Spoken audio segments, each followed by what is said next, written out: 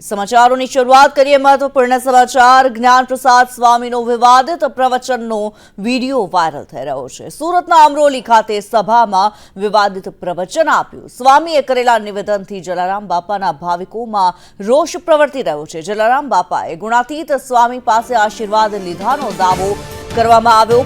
જલારામ બાપાએ સ્વામી પાસે આશીર્વાદ માંગ્યા હોવાનો દાવો કર્યો છે। ત્યારે સુરતના અમરોલી ખાતે સભામાં એક વિવાદિત નિવેદન આપ્યું। સ્વામીએ જે નિવેદન આપ્યું છે તેનાથી જલારામ બાપાના જે ભક્તો છે તેમાં રોષ પ્રવર્તી રહ્યો છે। જલારામ બાપાએ ગુણાતીત સ્વામી પાસેથી આશીર્વાદ લીધા હોવાનો દાવો કરવામાં આવ્યો છે। જે પ્રવચન કરવામાં આવ્યું છે આ પ્રવચનની અંદર જે દાવો કરવામાં આવ્યો છે જલારામ બાપાએ ગુણાતીત સ્વામી પાસેથી આશીર્વાદ લીધા તેવો દાવો કરાયો, જેને લઈને જલારામ બાપાના ભક્તોમાં અત્યારે રોષ પ્રવર્તી રહ્યો છે। જ્ઞાન પ્રસાદ સ્વામીનો વિવાદિત પ્રવચનનો વિડીયો વાયરલ થઈ રહ્યો છે। સુરતના અમરોલી ખાતે સભા યોજાઈ હતી, જેમાં આ વિવાદિત પ્રવચન આપ્યું હતું। સ્વામીએ કરેલા નિવેદનથી જલારામ બાપાના ભક્તોમાં રોષ।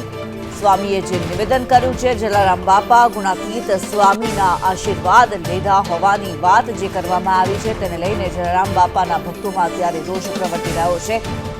જ્ઞાન પ્રસાદ સ્વામીનો વિવાદિત પ્રવચનનો વિડીયો જેના પર અત્યારે વિવાદ સર્જાતો જોવા મળી રહ્યો છે। સદાવ્રત ચાલે તેવા આશીર્વાદ માંગ્યાનું સ્વામી જ્ઞાન પ્રકાશે નિવેદન આપ્યું છે। જલારામ બાપાએ સ્વામી ગુણાતીત પાસેથી આશીર્વાદ લીધાની વાત જે કરવામાં આવી છે આ પ્રવચનનો વિડીયો વાયરલ થઈ રહ્યો છે। પ્રવચનનો વિડીયો વાયરલ થતા જલારામ બાપાના જે ભક્તો છે તેમનામાં અત્યારે રોષ પ્રવર્તી રહ્યો છે। સ્વામીએ કરેલ નિવેદનથી જલારામ બાપાના જે ભક્તો છે, ભાવિકો છે તે આહત થયા છે અને જે પ્રમાણે જલારામ બાપાએ ગુણાતીત સ્વામી પાસેથી આશીર્વાદ લીધાનો દાવો કરવામાં આવ્યો છે તેને લઈને ગુસ્સો વ્યક્ત કરી રહ્યા છે।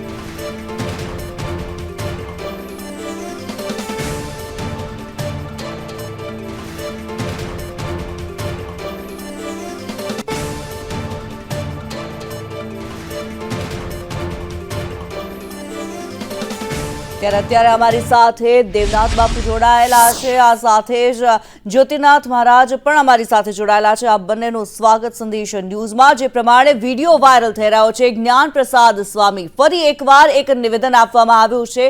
આ વખતે જલારામ બાપાને લઈને નિવેદન આપવામાં આવ્યું છે। સૌથી પહેલા જ્યોતિનાથજી આપની પ્રતિક્રિયા જાણવા માંગીશ।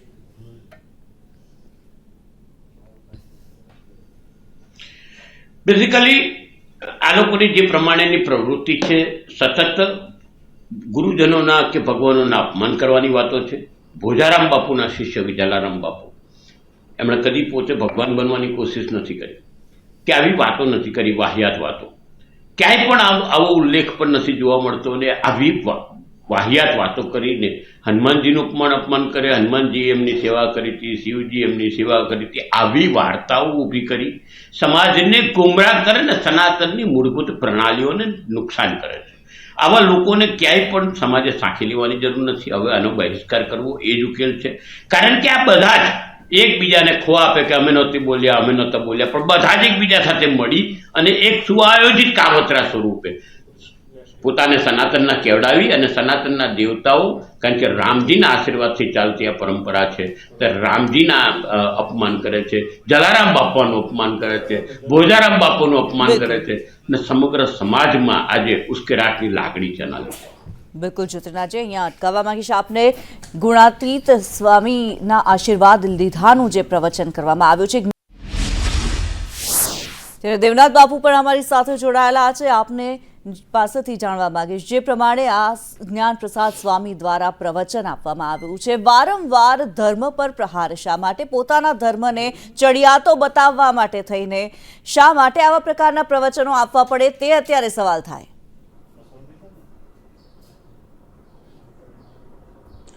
હા, ચોક્કસ ઘણીવાર એવી જગ્યાએ આ લોકોનું નિવેદન આવતા હોય છે। ક્યારે બ્રહ્માજી એને સામે આવે છે, ક્યારે હનુમાનજી મહારાજને નીચે બતાવે છે, ક્યારે શિવજી મહારાજને નીચે બતાવે છે।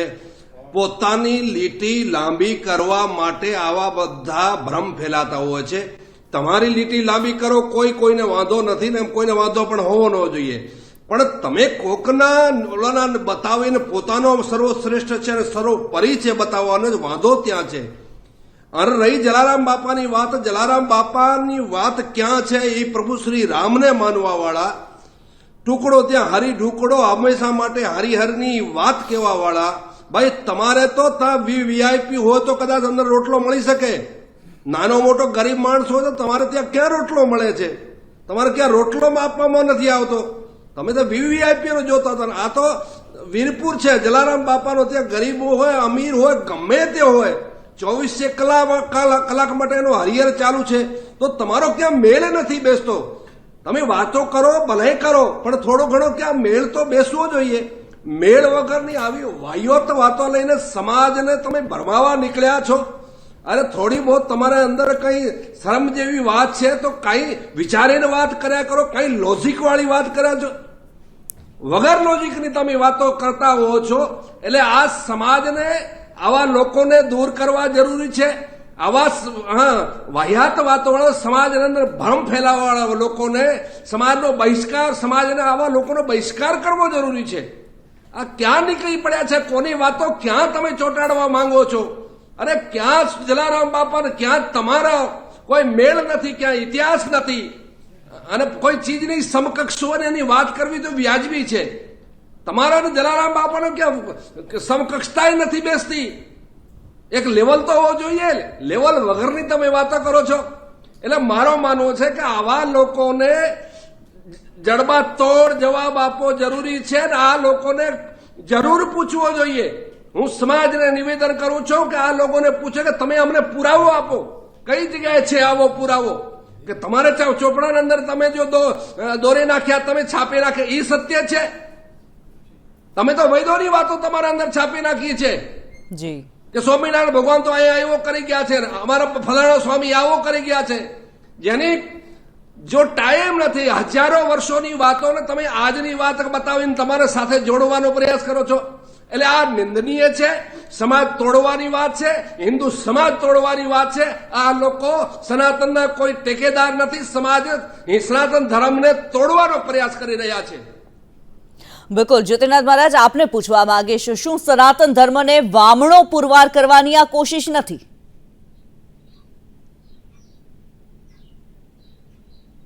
સો ટકા કિન્નરી આમાં ચોખ્ખું નિર્દેશ થાય છે કે સનાતન ધર્મને હાનિ પહોંચાડી પોતાની લીટી લાંબી કરી. દેવનાથ બાપુએ કીધું તેવી રીતે મૂળભૂત સંપ્રદાયની અંદર આ તમે તમારાને મોટા કરો, ભગવાન કરો, ઘનશ્યામ પાંડેને જે કરો તે અમને કોઈ વાંધો નથી. પણ તમે અમારા દેવતાઓને છોડો. સહારો કોનો લે છે? આપણા સાધુ સંતોનો, આપણા ગુરુજનોનો, આપણા ઇવન ગોરખનાથના અમારા પરંપરાને પણ એ લોકોએ અપમાન કરેલું છે. અને આ પરંપરાને પણ તોડવાની વાતો કરી. અને સમગ્ર તમે વિચાર કરો કે દરેક જગ્યાએ આ એક જ પ્રણાલી અપનાવે છે કે અમે મોટા, અમે મોટા, અમે મોટા, બાકી કોઈ નહીં. આ ખરેખર ખોટું છે. અને આ ખરેખર બહુ સચ્ચા શબ્દ હતા તમારા કે આ મૂળભૂત સનાતનની પ્રક્રિયાને તોડવાની વાતો છે. બિલકુલ. દેવનાથ બાપુ, અહીંયા સવાલ એ થઈ રહ્યો છે કે વારંવાર આ પ્રકારે જે પ્રવચન કરવામાં આવે છે, ભક્તોને ગેરમાર્ગે દોરવામાં આવતા હોય છે, પરંતુ આવું ક્યાં સુધી ચાલશે? વારંવાર આવા પ્રવચનો વાયરલ થાય છે, પછી માફી માંગી લેવાય છે, હવેથી આવી ભૂલ નહીં થાય એવું ક્યારેક કહી દેવાય છે, પરંતુ ફરીને આની આ જ વાત સામે આવે ત્યારે કરવાનું શું?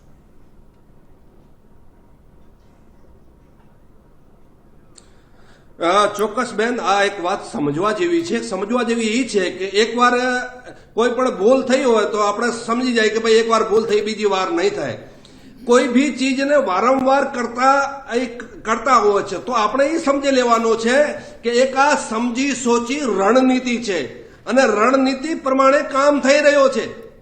ભાઈ તમારે બે જણાને બારે આવીને આવા પ્રવચનો આપવા, આવા ટીકા ટિપ્પણી કરવી, પછી અમે તમને બેકઅપ આપશું, અમે તમારા પીઠ બળે બનાવવા હશે, આવા ઘણો વધશે તો અમે એક વિડીયો આપણે માફીનો બારે પાડી દેશે. આજથી નહીં, વર્ષોથી ચાલી રહ્યા છે. એવો કોઈ સંત આ લોકોએ મૂક્યો નથી કે એનો અપમાન ના કર્યો હોય. એવા કોઈ ભક્તો નથી મૂક્યા કે જેને અપમાન ના કર્યો. ક્યાં નરસિંહ મહેતા, ક્યાં મીરાબાઈ, ને ક્યાં એમના સ્વામીને ક્યાં જોડવાનો કોઈ મેળ ના પડતો હોય, ક્યાં ભગવાન દેવાધિદેવ મહાદેવ, ક્યાં ભગવાન બ્રહ્માજી, અને એમને સાથે પોતાની હરોળમાં બેસી જતા હોય છે, એની પોતાની સમકક્ષા બેને સાથે બતાવતા હોય છે. એટલે આ એક સોચી સમજી રણનીતિ છે. રણનીતિને પ્રમાણે કામ થઈ રહ્યો છે અને આ સમાજ માટે બહુ જ નુકસાનકારક છે. કોઈ ભૂલથી ભૂલ થઈ જાય, સમજી લીધું કે આપણે એને માફ કરી શકીએ, કદાચ બીજી વાર નહીં થાય, પણ રણનીતિ પ્રમાણે જે કામ કરી રહ્યા છે એ સમાજ માટે બહુ મોટું નુકસાનકારક છે. આવા મહાન ભક્તોને જો સનાતન ધર્મની અંદર થઈ ગયા છે અને પોતાને એને નીચા બતાવીને પોતાને સમકક્ષા બતાવવાનો જો પ્રયાસ કર્યો છે, નીચા બતાવવાનો પ્રયાસ કર્યો છે, તો આ માફ લાયક બિલકુલ નથી. જી દેવનાથ બાપુ, જ્યોતિર્નાથ મહારાજ, આપ અમારી સાથે જોડાયા, આપનો ખૂબ ખૂબ ધન્યવાદ. ત્યારે જે પ્રમાણે જ્ઞાનપ્રસાદ સ્વામીના પ્રવચનનો વિડીયો વાયરલ થઈ રહ્યો છે, જલારામ બાપાને લઈને પ્રવચન કરવામાં આવ્યું છે, ત્યારે રઘુવંશી સમાજના આગેવાન શું કહી રહ્યા છે, જાણીએ. આ જ્ઞાનપ્રસાદ સ્વામી આમરોલીનાને હું કહેવા માંગુ છું કે જેમને આ નિવેદન જલારામ બાપા વિશે કર્યું છે, ત્યાં કોઈ વીરપુર મુકામે સ્વામી નહોતા ગયા, પણ હું એમને કહેવાને યાદ અપાવવા માંગુ છું કે ખુદ પ્રભુ જલારામ બાપાના આંગણે ગયા હતા એમની પરીક્ષા કરવા માટે થઈ, અને પ્રભુને પણ ભાગીને જવું પડ્યું હતું, કારણ કે એની પરીક્ષામાં જલારામ બાપા પાસ થઈ ગયેલા હતા અને પ્રભુએ એની ખરાઈ કરવા જતા કે આ ખરેખર ઢોંગ નથી કરતો ને. એવા સંત શિરોમણી જલારામ બાપા વિશે જે વફાટ આ જ્ઞાનપ્રસાદ સ્વામીએ કર્યો છે, વહેલી તકે વીરપુર મુકામે બાપાના ચરણોમાં દંડવત કરી માફી માગી અને આ એમનું નિવેદન પાછું ખેંચે, અન્યથા રોષની લાગણી રસ્તા પર આવે અને સ્વામિનારાયણ સંપ્રદાયના સ્વામીની સામે આગ બબૂલતા લોકો સામે ઉતરી પડે, એવું ન થાય એટલા માટે વિનંતી સાથે આ સ્વામીને કહી રહ્યો છું કે આક્રોશભર્યા પગલાં રઘુવંશી સમાજ અને હિન્દુ સમાજ ન લે, એના માટે આહવાન કરી રહ્યો છું. જ્ઞાનપ્રસાદ સ્વામીનો વિવાદિત પ્રવચનનો વિડીયો વાયરલ થઈ રહ્યો છે. સુરતના અમરોલી ખાતે સભા યોજાઈ હતી. આ સભાની અંદર જ્ઞાનપ્રસાદ સ્વામી દ્વારા જે પ્રવચન કરવામાં આવ્યું, પોતાના ભક્તોને જે પ્રવચન સંભળાવવામાં આવ્યું છે, તેની અંદર જલારામ બાપાએ ગુણાતીત સ્વામીના આશીર્વાદ લીધા તેવો દાવો કરવામાં આવ્યો છે. પૂજ્ય બાપાએ ફક્ત અને ફક્ત પૂજ્ય શ્રી ભોજલરામ બાપાની પ્રેરણા અને આશીર્વાદથી આજથી 205 વર્ષ પહેલાં સદાવ્રત અન્નક્ષેત્રની શરૂઆત વીરપુરમાં કરી. આ સિવાયની કોઈ પણ વાતમાં વર્તમાન ગાદીપતિ પૂજ્ય શ્રી રઘુરામ બાપા તથા પૂજ્ય બાપાના પરિવારનું કોઈ જ સમર્થન નથી. બાપા નિરંતર રામનું રટણ કરતા, ભૂખ્યાને ભોજન આપતા અને લોકોની સેવા કરતા. આ જ એમનું જીવન હતું, આ જ સત્ય છે.